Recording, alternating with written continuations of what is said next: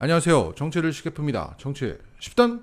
현재 노인 폄하 논란으로 설화를 겪고 있는 민주당 혁신위가 조기 종료된다는 소식이 전해지고 있습니다. 앞서 혁신위는 전국을 돌며 당원들과의 간담회를 진행 중이었는데 설화 논란으로 지난 8월 2일 춘천 지역 간담회를 끝으로 예정되었던 간담회를 잇따라 취소했습니다. 그러면서 다음 주부터 2주간 혁신안을 발표하고 활동을 마무리한다고 합니다. 여기에 대해서 한 혁신위 관계자는 이렇게 말했습니다. 간담회를 통해 의견을 듣는 것도 중요하지만 현재 혁신안 논의할 시간이 부족해져서 그렇게 됐다. 여기저기서 혁신위에 대한 여러 지적들이 있다 보니 저희가 빨리 마무리하는 게 좋겠다는 판단이 있었던 것은 사실이다. 자, 상황이 이렇게 되면서 언론들에서는 김은경 혁신위의 동력은 떨어졌고 그 혁신안이 제대로 효과를 발휘할지 의문이다라는 기사를 내고 있습니다. 이런 가운데 팬앤드마이크라는 극우 언론에서는 김은경 혁신위원장의 신우이라는 사람이 나와서 김은경에게 노인 폄하는 일상이었다라는 취지의 뒷담화를 뿌리고 있습니다. 그러니까 메시지를 공격한 데 이어서 메신저를 공격하고 있는 거죠.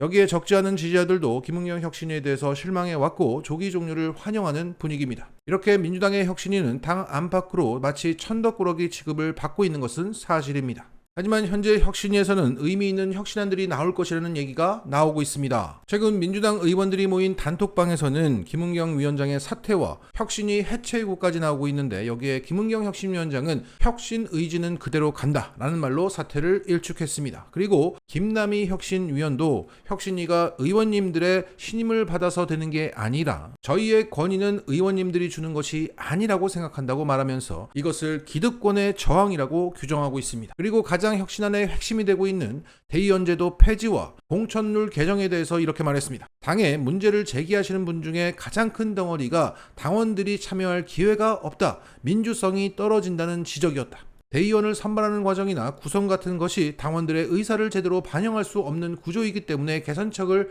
준비하고 있다. 또한 공천룰 개편 가능성에 대해서 이렇게 말했습니다. 인적 쇄신도 굉장히 중요하다. 관련된 것은 들여다보고 있다. 여기에 장경태 최고위원은 혁신위는 혁신안을 갖고 평가를 받아야지 설화를 갖고 평가하기는 좀 이르다. 8월 말 9월 초로 예상되는 혁신안에 대해서 시간을 두고 지켜보면 된다. 사퇴론에 대해서는 불필요하다고 말했습니다. 또한 서은숙 최고위원도 잘못을 비판할 수는 있지만 그걸 구실로 당과 혁신을 흔드는 분들은 자신의 정치적 이익을 찾는 것이라고 말했습니다. 이렇게 민주당의 비명계는 자신의 기득권을 지키기 위해서 외부 세력과 함께 혁신위를 흔들고 친명계는 그것을 막고 두둔하고 있는 형국입니다. 자, 이런 가운데 앞서 대의원 제도와 공천룰 개정에 대해서 혁신위에서 보다 구체적인 얘기가 나오고 있습니다. 이동영 작가의 측면 승부라는 팟캐스트 방송에서 혁신위는 대의원 1인 1표로 조정할 혁신안을 발표할 예정인데 혁신위에 포함되어 있는 비명계 황희 의원이 여기에 강력하게 저항하고 있다라고 전하고 있습니다. 그리고 당원들과의 마지막 간담회였던 그 춘천 간담회 자리에서 서복경 혁신위원의 발언은 이랬다고 합니다. 여기 카메라들이 많아서 좀 그런데 경선 시스템을 만드는 건 저희가 할 테니 갈아치우는 건 여러분들이 하세요. 자, 그러면 8월 2일 춘천 간담회에서 나왔던 얘기를 요약해 보겠습니다. 유튜브 채널 강려TV에서 춘천 간담회를 촬영한 영상을 보니까 1시간 넘게 당원들이 돌아가며 의견을 말하고 혁신위가 답하는 형식으로 진행되었습니다. 여기서 김은경 혁신위원장은 최근 설화에 대해서 굴하지 않겠다는 취지의 발언을 했고 이어서 서복경 위원은 이렇게 발언합니다. 우리가 준비한 혁신안은 중장기적인 것이 대부분이다. 당장 적용될 수 있는 것은 20-30% 정도다. 현재 민주당에서 당비를 내는 당원이 250만 명이다. 이것은 우리나라뿐만 아니라 전 세계적으로 봐도 가장 큰 정당이라는 것을 의미한다. 그런데 현재 당원 당규는 당원이 몇만 명이 있을 때 만든 것이다. 그래서 우리는 250만 당원에 걸맞는 집을 만들려 하고 있다. 그래서 손댈 게 너무 많다. 그리고 당원들이 가장 관심이 많은 공천룰 개정과 대의원제 폐지에 대해서 이렇게 말했습니다. 자, 이것은 직접 보시죠. 잘라라 얘기를 여러분 하셨는데요. 여기저기 카메라가 많이 있지 않습니까? 그래서 저희는 시스템을 만들겠습니다. 자르는 건 여러분이 하십시오. 당원들이 하십시오. 그 다음에 최대한 그러니까 골라내는 건 죄송합니다. 잘라 아니고 골라라. 이거는 여러분이 고르시면 좋겠고요. 그 다음에 마지막으로 한 말씀을 드리겠습니다. 아까 그 두 번이나 중앙위원회하고 대의원대회 없앴으면 좋겠다 얘기 주셨는데요. 현실적으로 저희도 그 안을 고민했습니다. 그랬는데 사실 그 방법은 어렵습니다. 왜냐하면 당원이 250만이기 때문입니다. 이게 당원이 250만인데 정당은 결정해야 될 일이 늘 많습니다. 늘 많다 보니까 이 250만 당원한테 매일매일 설문조사를 하면 어떤 일이 발생을 하냐면요.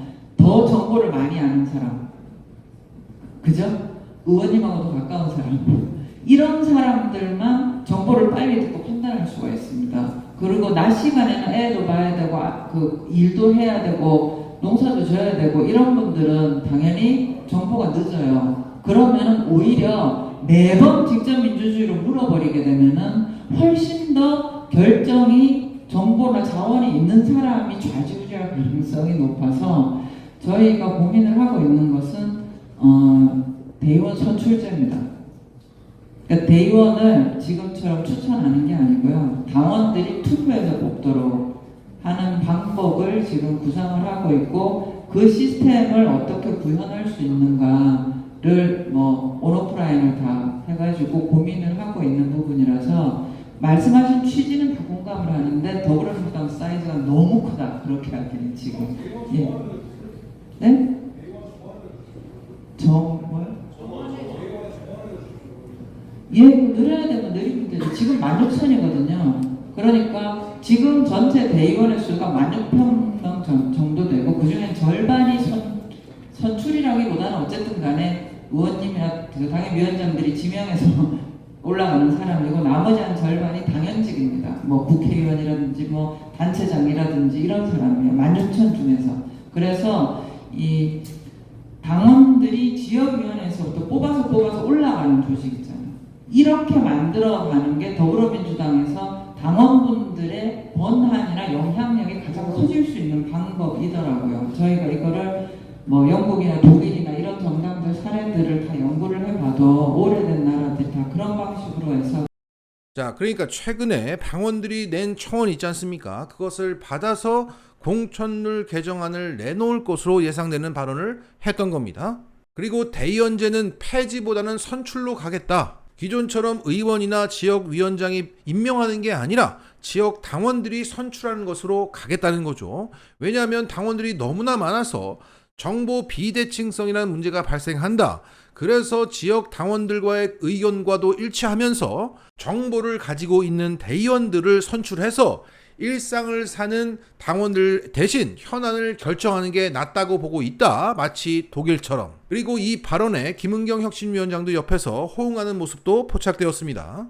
자, 검찰 독재와 싸우면서 갑옷을 벗자는 것을 혁신안 1호로 내세웠던, 그래서 욕을 먹었던 김은경 혁신위는 설악까지 겪으면서 당 안팎의 기대와 신뢰를 잃은 듯 보입니다. 하지만 분명 당원들이 원하는 지향점을 놓지 않고 있다는 것을 우리는 확인하고 있습니다. 그래서 곧 혁신위는 공천룰 개정부터 대의원제 선출제까지 내놓으면서 또 한 번의 큰 파장을 일으킬 것이고, 여기에 당내 주류이지만 당원들에겐 비주류인 의원들이 거품을 물 것으로 보입니다. 따라서 이번 총선을 통해서 주류 교체를 하고 싶은 우리는 장경태, 서은숙 최고의 말처럼 혁신위에 보다 많은 성원을 보내주는 게 맞다고 생각합니다. 그래도 민주당, 그래도 혁신위. 마치겠습니다.